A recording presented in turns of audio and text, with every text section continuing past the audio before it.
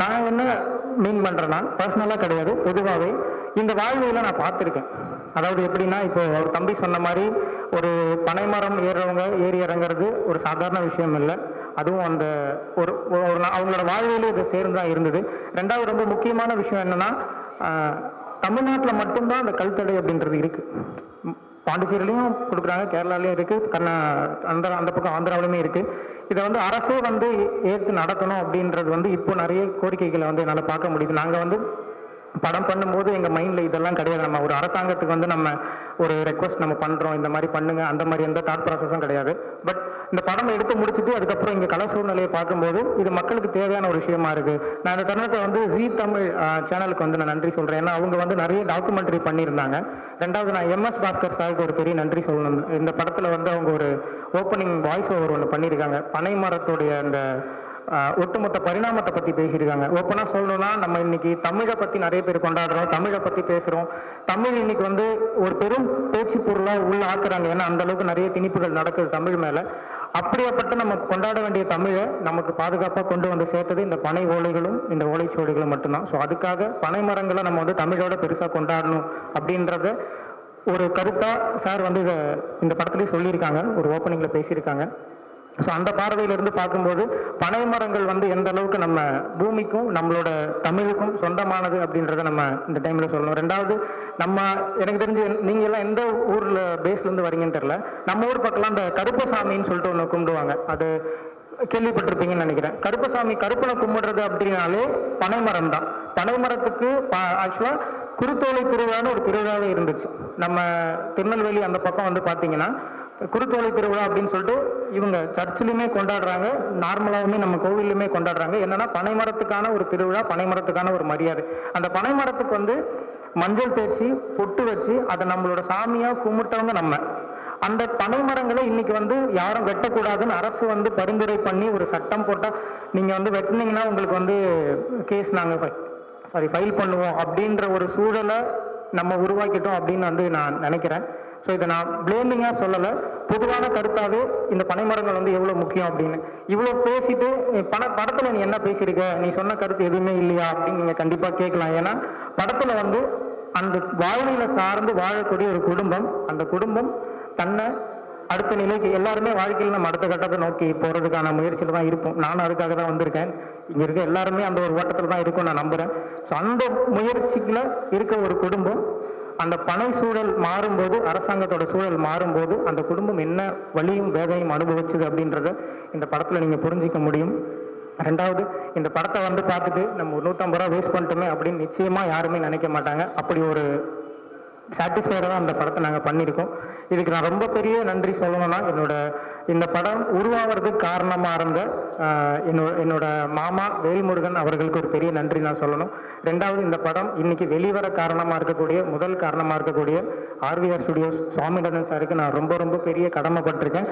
ரெண்டாவது, நான் எப்படி சொல்ல, இந்த படம் வந்து சார் நம்ம பண்ணிடலாமா சார் போது கண்டிப்பாக பண்ணுறோம் அப்படின்னு சொன்ன மாதிரியே அந்த அக்டோபர் 10ஆம் தேதி இந்த படம் வந்து வெளிவருது. எல்லாருமே இதை தியேட்டரில் போய் பாருங்கள்.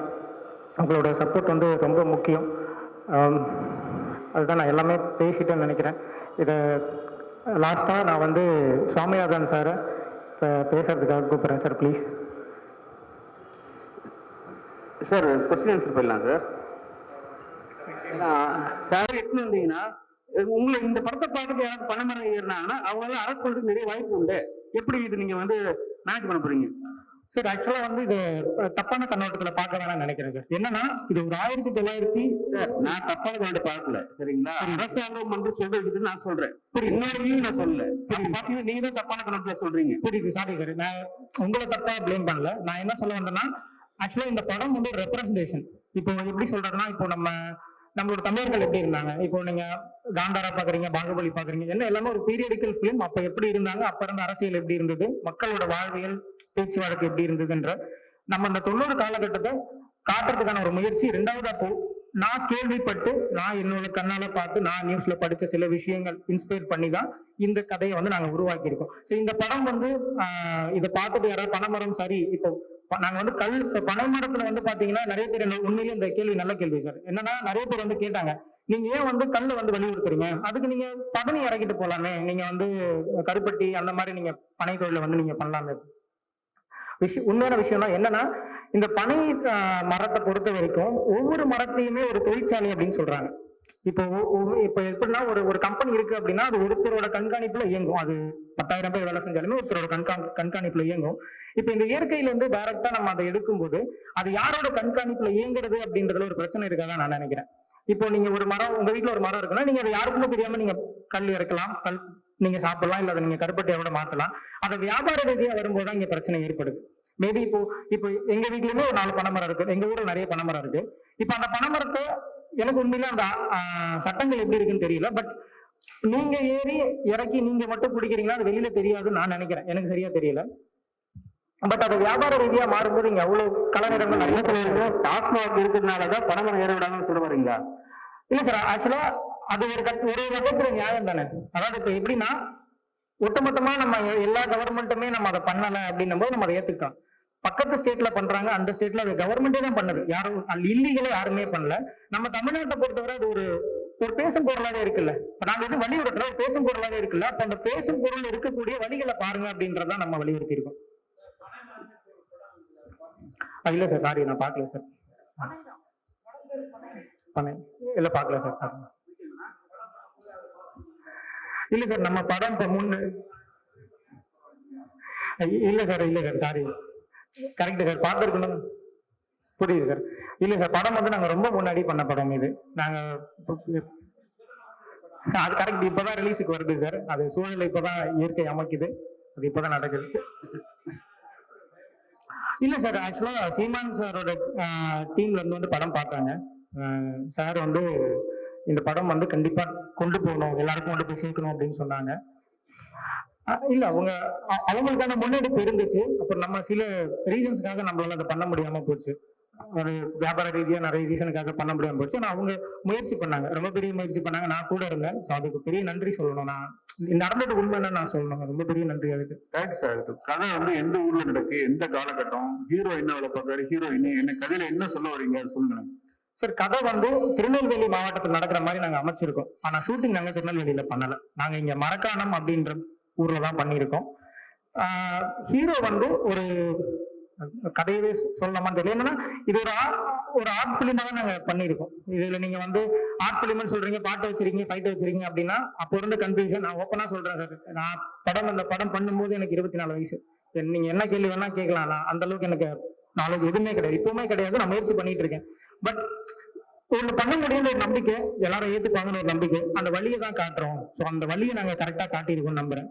ஒன்றும் சிம்பிள் தான் சார். அந்த குடும்பம் வந்து முன்னேற துடிக்குது.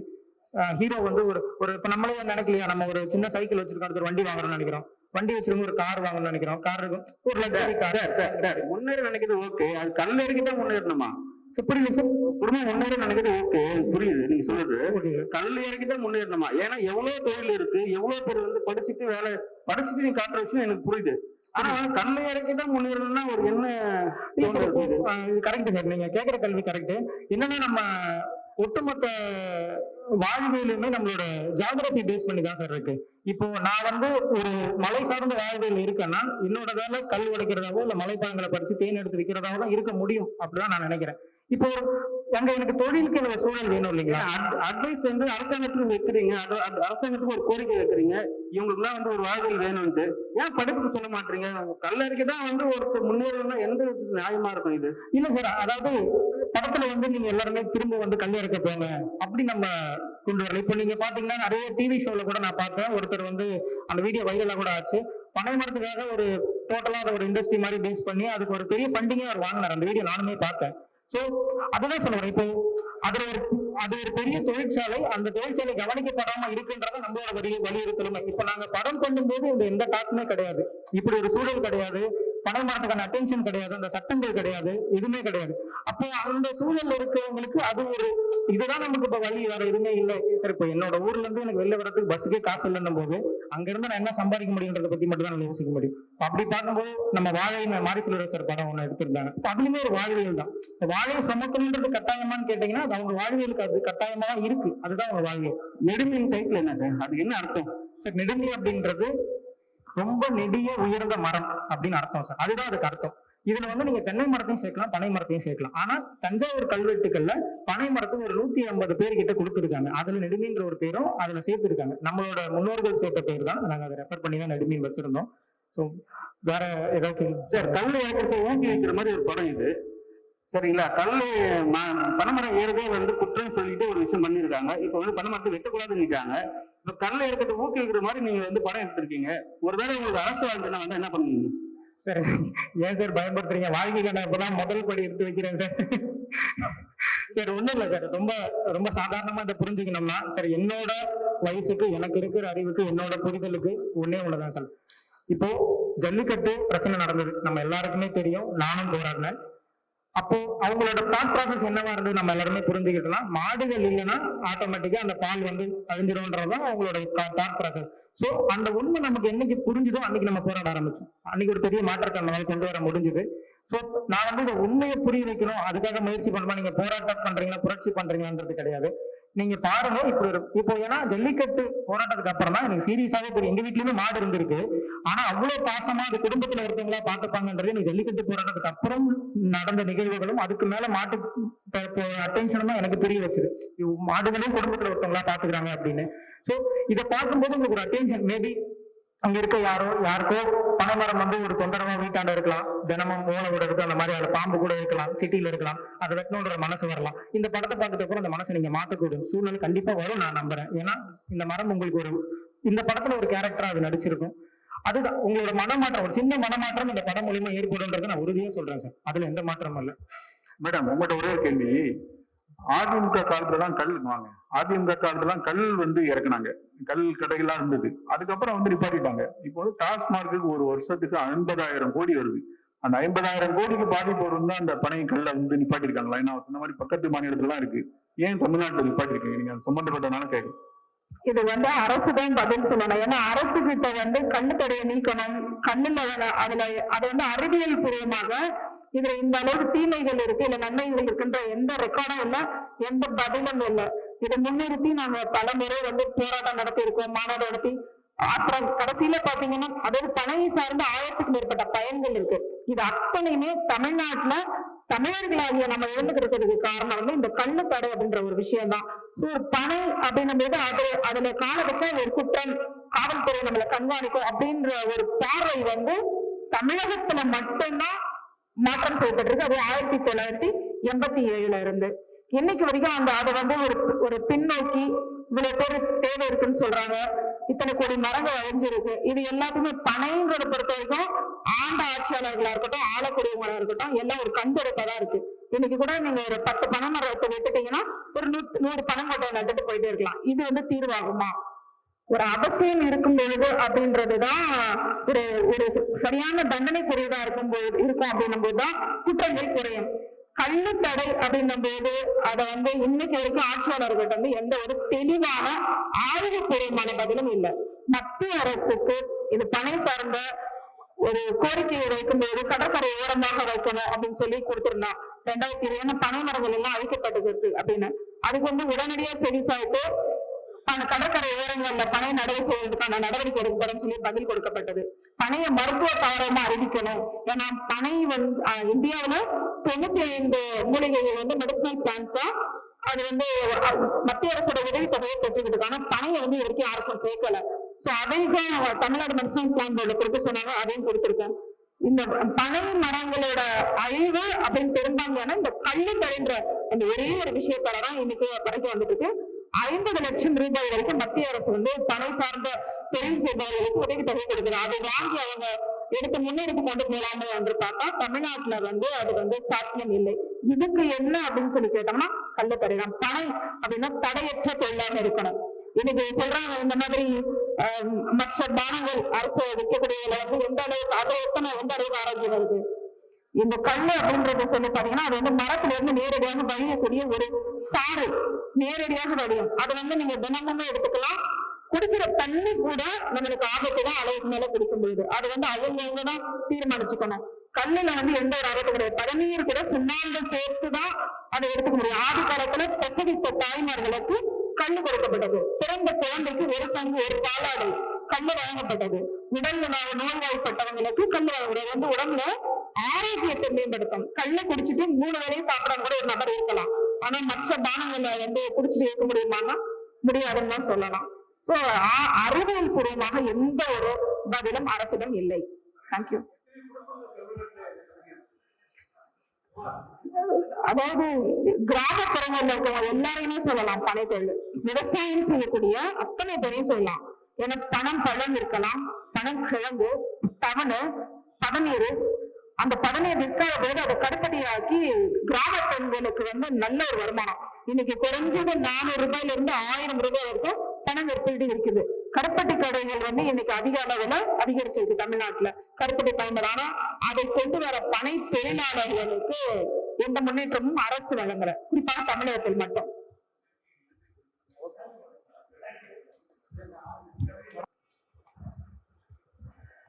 மீடியா பிரஸ் எல்லாருக்குமே ரொம்ப நன்றி. எங்களுக்காக உங்க டைம் ஸ்பெண்ட் பண்ணி இவ்வளவு நேரம் வெயிட் பண்ணதுக்கு. அண்ட் நீங்க நினைச்சா மட்டும்தான் இதை எல்லார்கிட்டையும் கொண்டு போய் சேர்க்க முடியும். ஸோ இந்த மாதிரி நிறைய நல்ல படங்கள் வந்துட்டு இருக்கு, நிறைய புதுமுகங்கள் அறிமுகமாயிட்டு இருக்கும். உங்களோட சப்போர்ட் எப்பயுமே எங்களுக்கு இருக்கணும். ஏன்னா எங்களால டைரக்டா போய் அவங்கள ரீச் பண்ண முடியாது. அதுக்கு ஒரு பெரிய தூணா இருக்கிறது நீங்க மட்டும்தான். உண்மையாவே இது ரொம்ப நல்ல கதை. நம்ம வந்துட்டு லைஃப்ல என்ன பண்ணிட்டு இருக்கோம், ரெகுலர் லைஃப்ல என்னெல்லாம் நடக்குது அதுதான் இந்த படத்துல காமிச்சிருக்காங்க. எனக்கு வில்லேஜ் ரிலேட்டடான மூவி ரொம்பவே பிடிக்கும். என்னோட ஃபர்ஸ்ட் படமே அப்படி அமைஞ்சது எனக்கு பிளெஸிங் தான் நான் சொல்லுவேன். இந்த வாய்ப்பை கொடுத்த டைரக்டர் நந்தா சாருக்கு ரொம்பவே தேங்க்ஸ் சொல்லணும். ஏன்னா எந்த ஒரு எதிர்பார்ப்பும் இல்லாம என்னோட ஆக்டிங் மேல ஒரு ட்ரஸ்ட் வச்சு இந்த வாய்ப்பை கொடுத்தாங்க. அதை நான் வந்துட்டு அவங்களுக்கு நல்லபடியா பண்ணி கொடுத்துருக்கேன் நம்புறேன். இந்த படத்தை பார்த்துட்டு நீங்களும் வந்துட்டு எப்படி இருக்குன்றத எங்களோட ஷேர் பண்ணணும். பிளஸ் வந்து மக்கள் கிட்ட கொண்டு சேர்க்கணும். எங்களை மாதிரி புதுமுகங்கள் வந்து உங்க மூலியமா தான் உலகத்துக்கு தெரிய வருவோம். ஸோ நிறைய பேர் மீடியானா நிறைய பேர் வந்து சினிமானா பயந்துட்டு இருக்காங்க இன்னுமே. ஸோ அவங்களுக்குலாம் நாங்க வந்து ஒரு முன்னோட்டமா இருக்கணும் அப்படின்னு நம்புறோம். தியேட்டர்ல கண்டிப்பா போய் படத்தை பாருங்க. அண்ட் உங்க சைடு எவ்வளவு சப்போர்ட் பண்ண முடியுமோ பண்ணுங்க. ஆர்விஆர் ஸ்டுடியோஸ்க்கு ரொம்ப தேங்க்ஸ் சொல்லிக்கிறோம் அந்த டைம்ல. அண்ட் டிஸ்ட்ரிபியூட்டர்ஸ் எல்லாருக்குமே ரொம்ப நன்றி. இவ்வளவு ஸ்ட்ரகிள்ஸ்க்கு அப்புறம் இந்த படம் ரிலீஸ் ஆகிறது எங்களுக்கு ரொம்ப சந்தோஷமா இருக்கு. Thank you so much. டீம் எல்லாருமே சேர்ந்துதான் இந்த ரிலீஸ்க்கு இவ்வளோ முயற்சி பண்ணியிருக்கோம். ஸோ எப்பயுமே உங்களோட சப்போர்ட் எங்களுக்கு இருக்கணும். Thank you so much. அடுத்தபடியாக டேவிட் வாங்க. இவர் வந்து ஆக்சுவலா நான் என்ன மீன் பண்றேன்னா பர்சனலா கிடையாது, பொதுவாகவே இந்த வாழ்வியல நான் பார்த்துருக்கேன். அதாவது எப்படின்னா, இப்போ ஒரு தம்பி சொன்ன மாதிரி ஒரு பனைமரம் ஏறி இறங்குறது ஒரு சாதாரண விஷயம் இல்லை. அதுவும் அந்த ஒரு அவங்களோட வாழ்வியலே இதை சேர்ந்துதான் இருந்தது. ரெண்டாவது ரொம்ப முக்கியமான விஷயம் என்னன்னா, தமிழ்நாட்டுல மட்டும்தான் இந்த கல்தடை அப்படின்றது இருக்கு. பாண்டிச்சேரியிலையும் கொடுக்குறாங்க, கேரளாலையும் இருக்கு, அந்த பக்கம் ஆந்திராவிலுமே இருக்கு. இதை வந்து அரசே வந்து ஏற்று நடத்தணும் அப்படின்றது வந்து இப்போ நிறைய கோரிக்கைகளை வந்து என்னால் பார்க்க முடியுது. நாங்கள் வந்து படம் பண்ணும்போது எங்க மைண்ட்ல இதெல்லாம் கிடையாது. நம்ம ஒரு அரசாங்கத்துக்கு வந்து நம்ம ஒரு ரெக்வஸ்ட் நம்ம பண்றோம், இந்த மாதிரி பண்ணுங்க, அந்த மாதிரி எந்த தாட் ப்ராசஸும் கிடையாது. பட் இந்த படம் எடுத்து முடிச்சுட்டு அதுக்கப்புறம் இங்க கலை சூழ்நிலையை பார்க்கும்போது இது மக்களுக்கு தேவையான ஒரு விஷயமா இருக்கு. நான் இந்த தருணத்தை வந்து ஜீ தமிழ் சேனலுக்கு வந்து நான் நன்றி சொல்றேன். ஏன்னா அவங்க வந்து நிறைய டாக்குமெண்ட்ரி பண்ணியிருந்தாங்க. ரெண்டாவது நான் MS பாஸ்கர் சாருக்கு ஒரு பெரிய நன்றி சொல்லணும். இந்த படத்துல வந்து அவங்க ஒரு ஓப்பனிங் வாய்ஸ் ஓவர் ஒன்று பண்ணியிருக்காங்க. பனை மரத்துடைய அந்த ஒட்டுமொத்த பரிணாமத்தை பத்தி பேசியிருக்காங்க. ஓப்பனா சொல்லணும்னா, நம்ம இன்னைக்கு தமிழை பத்தி நிறைய பேர் கொண்டாடுறோம், தமிழை பத்தி பேசுறோம். தமிழ் இன்னைக்கு வந்து ஒரு பெரும் பேச்சு பொருளா உள்ள ஆக்குறாங்க. ஏன்னா அந்த அளவுக்கு நிறைய திணிப்புகள் நடக்குது தமிழ் மேல. அப்படியேப்பட்ட நம்ம கொண்டாட வேண்டிய தமிழை நமக்கு பாதுகாப்பா கொண்டு வந்து சேர்த்தது இந்த பனை ஓலைகளும் இந்த ஓலைச்சுவடிகளும் மட்டும்தான். ஸோ அதுக்காக பனை மரங்களை நம்ம வந்து தமிழோட பெருசா கொண்டாடணும் அப்படின்றத ஒரு கருத்தா சார் வந்து இந்த படத்துலயும் சொல்லியிருக்காங்க, ஒரு ஓப்பனிங்ல பேசியிருக்காங்க. ஸோ அந்த பார்வையிலிருந்து பார்க்கும்போது பனை மரங்கள் வந்து எந்த அளவுக்கு நம்ம பூமிக்கும் நம்மளோட தமிழுக்கும் சொந்தமானது அப்படின்றத நம்ம இந்த டைம்ல சொல்லணும். ரெண்டாவது, நம்ம எனக்கு தெரிஞ்சு நீங்க எல்லாம் எந்த ஊர்ல பேஸ்ல இருந்து வரீங்கன்னு தெரியல, நம்ம ஊர் பக்கம்லாம் இந்த கருப்பசாமின்னு சொல்லிட்டு ஒண்ணு கும்பிடுவாங்க. அது கேள்விப்பட்டிருப்பீங்கன்னு நினைக்கிறேன். கருப்பசாமி கருப்பனை கும்பிடுறது அப்படின்னாலே பனைமரம் தான். பனைமரத்துக்கு ஆக்சுவலா குருத்தோலை திருவிழான்னு ஒரு திருவிழாவே இருந்துச்சு. நம்ம திருநெல்வேலி அந்த பக்கம் வந்து பாத்தீங்கன்னா குருத்தோலை திருவிழா அப்படின்னு சொல்லிட்டு இவங்க சர்ச்சிலுமே கொண்டாடுறாங்க, நார்மலாவுமே நம்ம கோவிலுமே கொண்டாடுறாங்க. என்னன்னா பனைமரத்துக்கான ஒரு திருவிழா, பனைமரத்துக்கான ஒரு மரியாதை. அந்த பனைமரத்துக்கு வந்து மஞ்சள் தேய்ச்சி பொட்டு வச்சு அதை நம்மளோட சாமியா கும்பிட்டவங்க நம்ம.